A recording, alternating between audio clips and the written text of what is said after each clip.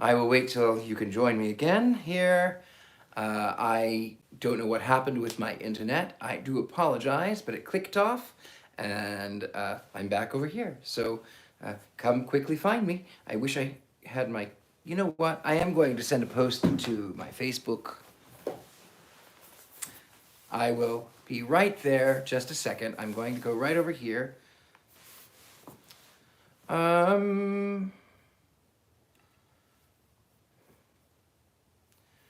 Let's see. I'm back online. I will post that on my Facebook.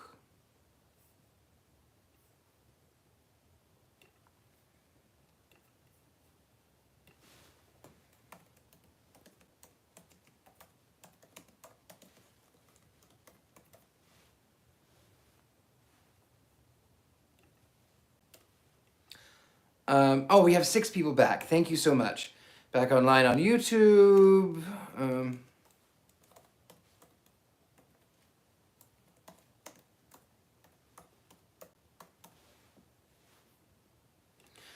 There. I had to go back. I apologize for that. I don't know what happened when it went off, but I'm back over here. So if you were in the middle, hello, hello, hello. I'm well. Good to see you again. Hello, hello. If you have missed part 1, you can watch it. You can watch it later. You can pause this and you can come back. I like the live interaction, but I apologize. I don't know what happened to the internet. Anyway, I'll go back to where we were. Without further ado, Mr. Satan, said I, keeping an eye on Cerberus, the 3-headed dog, who sat wrinkling up his 3 noses in a way that made me ill. You certainly must keep up a lively interest in what's going on in paradise. Suppose you have telegraphic connections. Yes, sir. Yes, sir. Through line right to the gate. Then you are on terms of intimacy with St. Peter. Well, no, not exactly. You see, I would much prefer having one of my own men in charge at that end of the line. Now this man, St. Peter, has been taking in tickets at the gate ever since time began, and he's grown careless. Why, I've heard of several instances where some of those sleek Denver people have sneaked in under the clouds while the old man was polishing his spectacles. Now anybody can see that he is incompetent. However, he often sends me some splendid sinners. Only a short time ago, he telegraphed down to know if I would take a Boston woman who had just arrived and was dissatisfied with the place. Not long ago, he sent a party of 6 disgusted mortals who wouldn't stay in place where the pleasure of playing whist was disgusted mortals who wouldn't stay in a place where the pleasure of playing whist was denied them. These are favors for which I am grateful, but it stands to reason that a man like St. Peter, old and gouty, with rheumatism in his wings and faulty memory, should be placed on the pension list. They say on Earth, Mr. Satan, that people from Texas always telegraph back for their winter clothes. Yes, that was true, he replied, but we put a stop to it. We can't show favors to people from a state that has always tried to run in opposition to this place. Have you any such thing as a guidebook? I asked. Mr. Satan here lifted a neat volume from his desk, remarking, "Here is a little book I had printed for my employees. You will find it a great help to you in getting around. It contains a map of hell with all of the different departments located. But you had better see Captain Charon and the pilot. He can give you some valuable information." "Thank you," I said, putting on my hat. After asking me about several of his friends in the United States Senate and the Wisconsin State Legislature, and expressing the earnest regrets that they didn't die faster, he arose, and I understood that the interview was at an end. "Much obliged," said I. "Good day." so long," said Mr. Satan. I took a good look at him, and he stood there in all his majestic splendor, the devil. As I saw him, appeared to be above medium height, had horns, cloven feet, a long tail, and was dark of skin. But as someone else remarked, he's not nearly as black as sometimes painted. His tail, which, as I subsequently learned, was broken off in an exciting fight with a man who would get religion every winter and lose it every spring, and been spliced, and judging from that dexterity with which he handled it, was as good as new.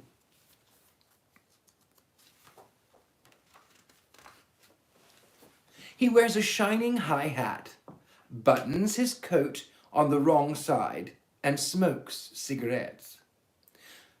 The fishing is not good in hell. Consequently, Mr. Satan never goes fishing.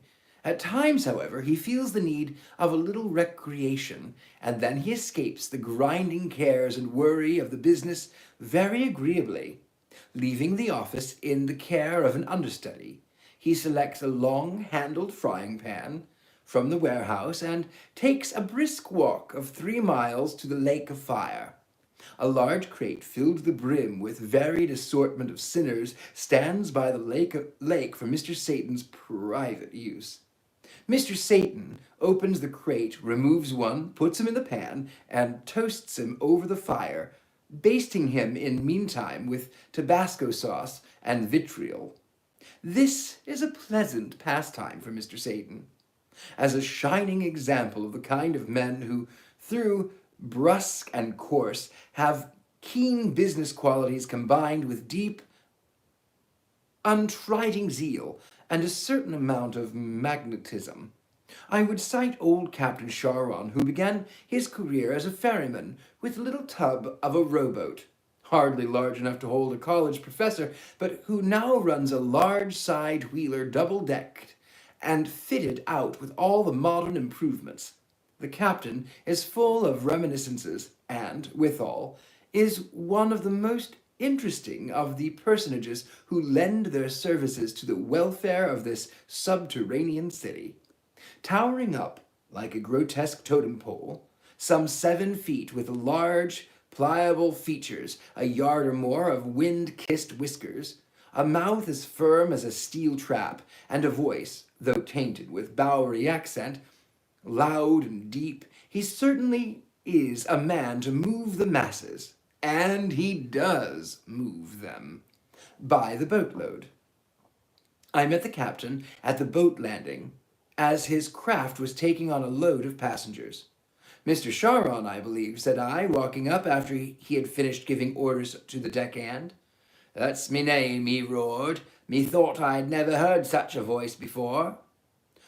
"Well," I murmured modestly, "Mr. Satan said I had better have a talk with you. Now, will you tell me, Captain, how long have you been pilot down here?" He paused a minute and answered, "Ever since they had the opening, about year 1, I should think." "Then you've piloted a great many people across this river." "You're dead right." "Don't you find them hard to manage sometimes?" "Well, you see this way. If they don't like our style, they gets out and swims, see? The blokes from Minneapolis won't ride with the St. Paul fellas, so they knows what they can do."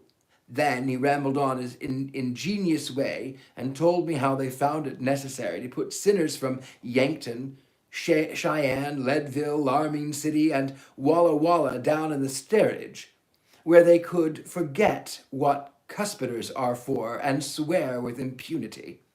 There is every evidence that the captain is sick of his job. The harrow of care has cross-hatched his weather-beaten face with innumerable furrows. When he moved about, he would keep close to the rail or rock, that he might feel in touch with something of firmer substance than himself.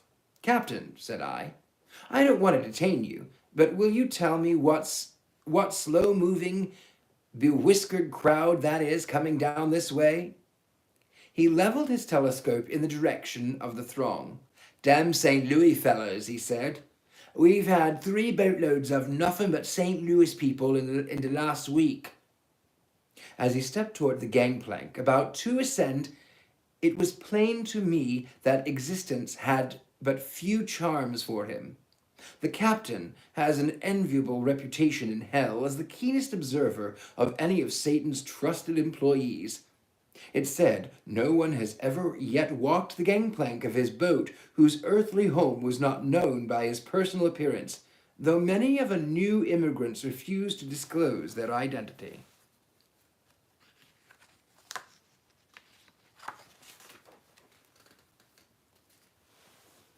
I gathered from one of the pier policemen, who is also quite an adept, a few hints as to how the captain identifies people so easily. The Boston man will toe in and roll his spectacled eyes like a calf that has swallowed a summer squash. Brooklyn men wear their side whiskers and walk with their arms outstretched, as if in the act of wheeling spectral baby carriages. Those from Vermont, and more particularly those from Rutland of that state, invariably give themselves away by saying, "This is terrible, this is terrible, this is terrible," with an accent on the "ter" and a deep nasal twang. New York City folks are easily recognized by their air of conscious superiority. Men from Portland, Oregon keep their boots on and swear fervently all the time. Rochester men have henpecked look and seem apathetic. Apparently, they don't care much whether they are in hell or back at home. Chattanooga men have to be shaken up and prodded every minute or they fall asleep. A man from Texas will keep his hand behind him as if to draw a pistol. Washington men walk around with an anxious look and ask everybody if all the sinecures of the place have been spoken for. And thus, the life's habit of each individual breaks out in some way and plainly stamps his identity. The Styx is the only navigable river in hell. The stench wafted from this river was best described by a sinner whom I met on the pier.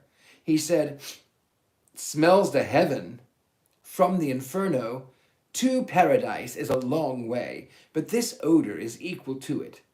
Captain Sharon's boat, the Birdie, makes the run from shore to shore in just 15 minutes. It carries 500 souls, provided they will let their feet hang over and put up with the cramped accommodations.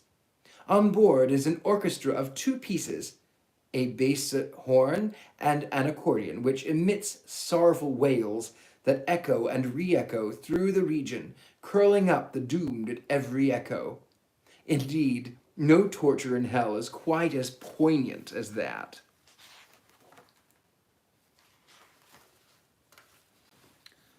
Provided by this band, when it gets fairly in motion, the players have only one selection, after the ball, and the cries of the damned while this is being played are heart-rending. It is, nevertheless, an impressive sight to watch the Birdie as she sails out from the pier, the band playing lustily, and the grand old captain standing on the roof, on the roof of the pilot house, with nothing on but a mackintosh and a pair of gaiters, as he scans the bosom of the deep. He is much annoyed when peddlers come wading out to meet the boat with suspenders and collar buttons. I now came suddenly to the tragic scene where Judge Minos reigns supreme. Here, each sinner is brought before the bar to answer for his earthly crimes. Far up the mountainside, arranged directly in front of the judge in rows of hundreds and extending as far as the human eye could reach, was the vast army of naked souls awaiting their turn to be judged. Below was a row from Chicago, next a row from Cincinnati, another row was reserved for people from Oshkosh, another for those from Kalamazoo. Still others surmounted these, extending upward tier on tier, till the murk of the fog cloud kissed the bald heads of a row from a little city of epitaph, Pennsylvania. When the ill-fated soul stands before this Supreme Court, he confesses all, aye, everything, and the judge thoughtfully considers what place in hell suits the transgression. A small, weak-kneed sinner was led mumbling to trial as I approached. "Well, what have you to say?" asked the judge in a loud, consequential tone of voice. Your Honor," said the poor wretch, "I'll be honest with you. I was, while on earth, traveling for a—" "Enough," growled the judge. "Officer, take this drummer to the brink of the precipice and hurl him plumb to the bottom." Shortly afterward, I heard a crash. I knew that one more soul had struck the frying pan of eternal doom. I think we're going to stop there for the evening. I don't know I don't know what time it is. No, we'll keep on one more. Why not? We'll see. The political caricaturist. Ordinary malefactors, but the judge found himself utterly impotent to express in this way the depths to which he would have such as chronic kickers consigned. To sentence these, he would take in all the slack, pull and wind and wind and pull till exhausted. It is said his sentence pronouncer was broken off in this way. Too much strain, at any rate, he is now minnows. Comic papers, please note, a tale and administers justice according to the modern methods. Just across the bridge of the Leith there lies a small territory where may be found the wretched souls of the political caricaturists. On first sight, I was attracted by the novelty of huge easels at which demons were drawing pictures. The souls themselves I found, on approaching closer, to be strangely distorted, and so grotesque and ludicrous that I might have laughed outright, and not deep pity moved me to serious thought. Looking down what happened to be an interminable hallway, I saw caricaturists in variegated colors hanging before these individuals. Then only I learned the pietous truth. The demon cartoonist first makes the caricature of his victim. Then the victim is pulled and twisted, rolled and kneaded until he resembles in every way the demon's fanciful conception. Though all the time thereafter he looks at his own picture. As I still journeyed downward, I looked up and beheld coming down to the steep grade of the most uncomfortable-looking corduroy road a trainload of howling souls. The engine yelled as if it were being tortured, and the owls on the telegraph wires flapped their wings and darted off in all directions.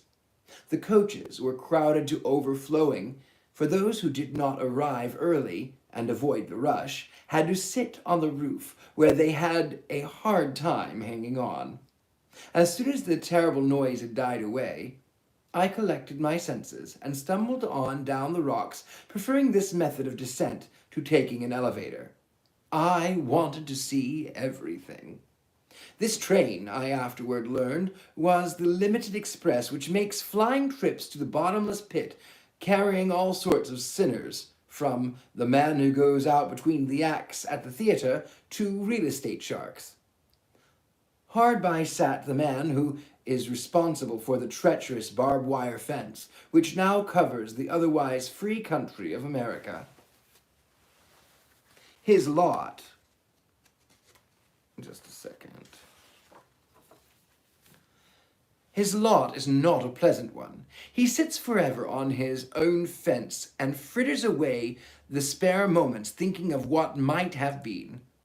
Off in a corner, all by himself, seated on the point of a ridge, I discovered this infamy of humankind, the cornet fiend.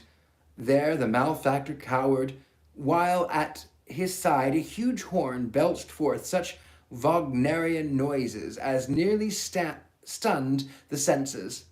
At the mouthpiece of the horn, demons worked a huge bellows, eternally, forever, and aye, they pumped while the brass Vesuvius poured forth a job, lot sonatas, and wretch vainly wished for deafness.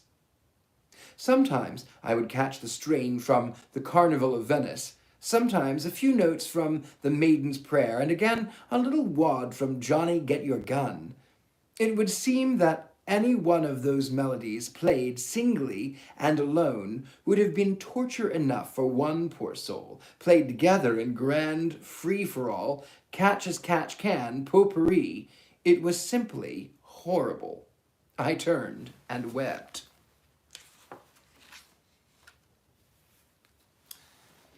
Nothing, it seems, is too severe for the man who will steal, and partially the man who takes your umbrella and never brings it back. Chained to a barren rock in the middle of a mud lake, I saw this fiend sit, mired in misery, as it were, while he clutched the remnant of an umbrella, and the rain descended in torrents. It rains all sorts of things. Cats, worms, snakes. A crash of thunder is a signal for a shower of pitchforks, and the poor wretch humps himself, even as a crow heaves her spine, to meet the downpouring deluge. When the storm gets through with him, he resembles a huge pincushion. According to the imperial mandate of infernal law, the husband who purchases fine apparel for himself only is here dressed up in the most ridiculous female costume. Thus, he is compelled to appear always, and although he goes around forever whining about his personal attire, his efforts to get a change are without avail. He is the laughingstock and tantalized target of the wit and ridicule of hell. Why, one of this class of sinners, tagged from the little city of Kokomo, Indiana, was singled out as an especially fine mark for the demons.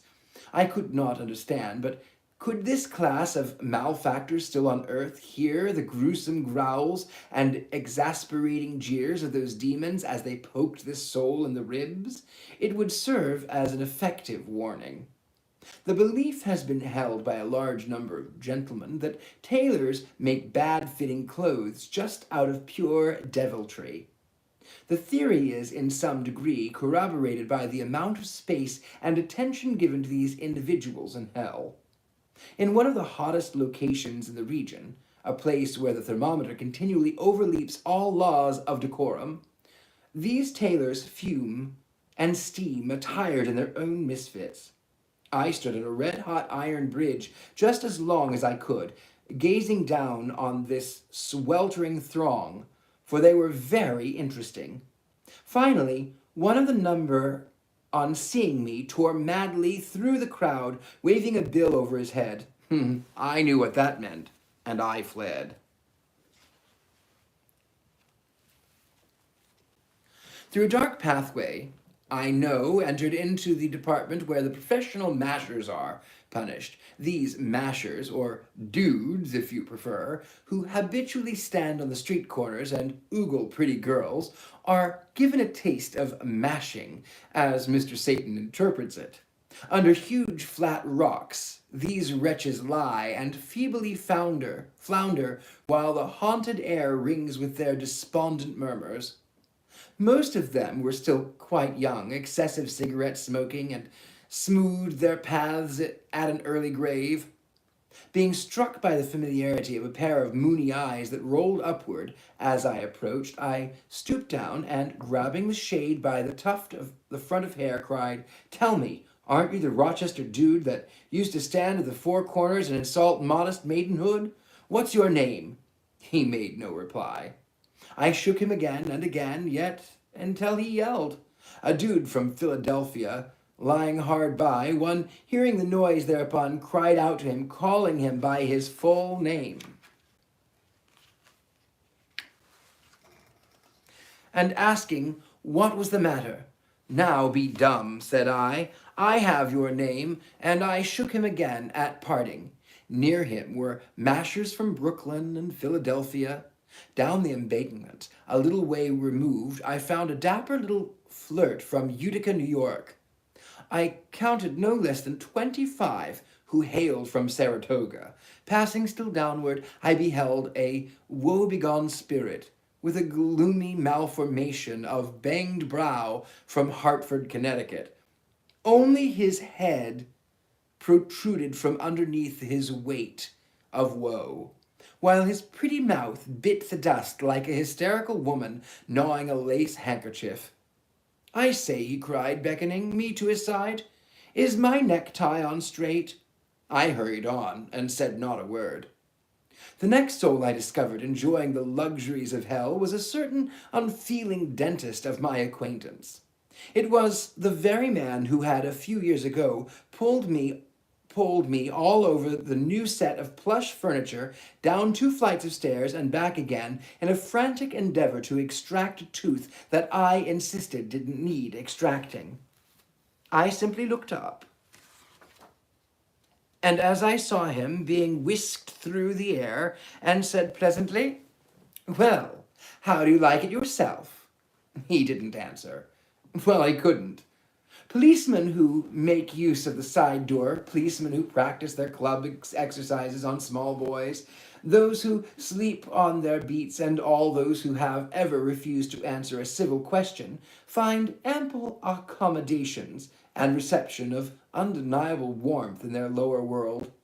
Immediately on their arrival, they are thrust into the electrical patrol wagon, which has bent pins in the seats, and trotted out to a lively district where professional carpet beaters armed with clubs ever flail the air. Often they get into the way of the clubs. It's a matter of tradition that mundane policemen look upon their 5-pointed stars with pride, but when they encounter the clubs below, they see more stars around 5-pointed, octagonal, and rhomboid than they can possibly have time to admire. The department set aside for lawyers is full to overflowing. Mr. Satan has compelled to add an annex to the near of the department recently for the exclusive accommodation of legal rights from Philadelphia. No plaint was heard here. Nothing but deep-heaved sighs that made the eternal air shiver, sighs caused not by torture but from grief felt from those vast multitudes. Every lawyer in hell is gagged, another evidence that Mr. Satan knows human character. What mischief could a lawyer not do in this region if he were not gagged? Everyone would go to headquarters immediately on his arrival, and present a plea for a new trial or make objections to the rulings of Judge Minos. Moreover, he and his colleagues would promise to bail out every sinner in the place, if there was anything in it, as they sat round on the rocks champing on their gags as the untrained bronco champs his bit. I could not but see the necessity of their cruel penalty. I was fortunate in arriving in hell at a time when I might witness a scene that had never occurred before in the history of the place. Never until this time had the sinners known a single hour's respite from torture. In this one brief holiday, Mr. Satan permitted the holding of a baseball contest between picked nines from Boston and Chicago sinners. A scrap torn from the Daily Groan, Satan's official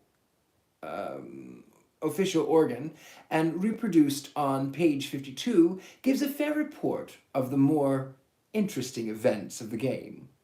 Standing like patient oxen in their stalls, there now appeared before me a long row of hapless sinners, each held tightly by the nose, in the grip of a huge vice. This is the penalty ordained for the man who perpetually intrudes his nose into the business of others. Many of those were newspaper reporters.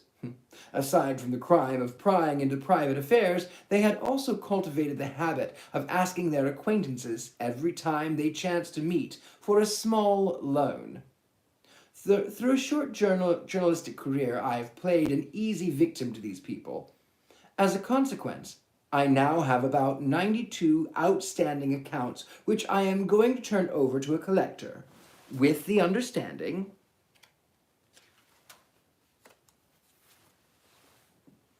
that he is to have house and lot for every dollar collected. One portion of the backyard of the Brimstone Works is set apart for a small but interesting class of miscreants. It is composed of men who, after seeing their neighbors carefully clean the sidewalks before their front doors, would leave the pave in front of their own homes covered with snow and slush. These individuals are here to set a task of perpetual shoveling. There is snow, of course, but there is no snow, of course, but they are made to shovel brimstone, and to supply of brimstone there is no limit. As soon as the shoveler has scooped away a little bare place in his heap, a demon comes along and fills it over again. The shoveler is never allowed to stop to blow on his fingers or change hands on the scoop handle or rest his aching shoulder. It is estimated that the work of one of these individuals alone during 7 months would suffice to clean all of the sidewalks in America and make a big hole in the Arctic snowbanks.